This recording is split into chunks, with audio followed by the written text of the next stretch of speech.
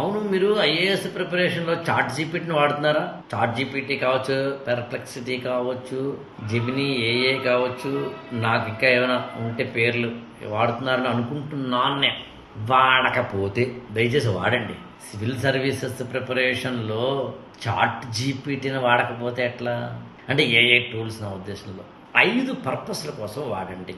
ఒకటి, to get information.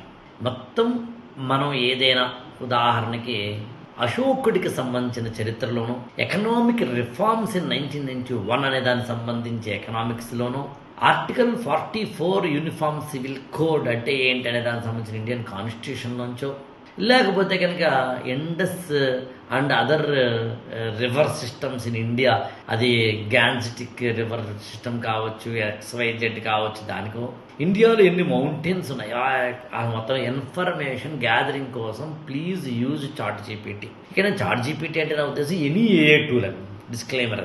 రెండవది third I అంటాం, అంటే ఇది కాదు ఇంకోలా ఆలోచించాలి అని నీకు అనిపించినప్పుడు మనం ఆలోచించడం బదులు చాట్ జీపీటీ ఆలోచిస్తాం. 3, అసలు ఓవరాల్గా నా ప్రిపరేషన్కి సంబంధించిన ఇన్ఫర్మేషన్ నేను తెలుసుకోవటానికి కావలసిన ఇన్పుట్స్ ఏవైతే ఉంటాయో వాటిని ఎప్పటికప్పుడు చాట్ జీపీటీ ద్వారా వెళ్ళిపోవచ్చు. దానికోసం పెద్దగా కంగారు పడాల్సిన అవసరం లేదు.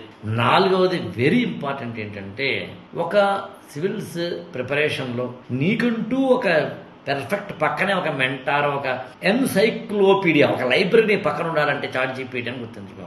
5వది మీరు చెప్తే నమ్మరు, రిమోట్ ఏరియాస్లో చాట్ జీపీటీకి సంబంధించి మనమే ఆశ్చర్యపోయే స్థాయిలో ఎలా ప్రిపేర్ అవ్వచ్చు అనే దానికి సంబంధించి you can use AI tools. కానీ గమనించాల్సిన ఉంటుంది, ఎర్రర్స్ కానీ అనవసరంగా వాడటం కానీ, మన తెలివితేటలు చంపుకుని మరీ వాడటం కానీ ఈ బ్యాచ్ అయితే నేనేం చేయగలను?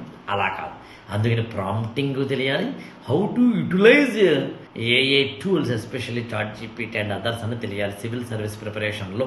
దీని గురించి ఇంకొంచెం ఎక్కువ తెలుసుకోవాలనుకుంటే మీ పేరుని ఎన్రోల్ చేసుకోండి 8897826108కి ఫోన్ చేసి.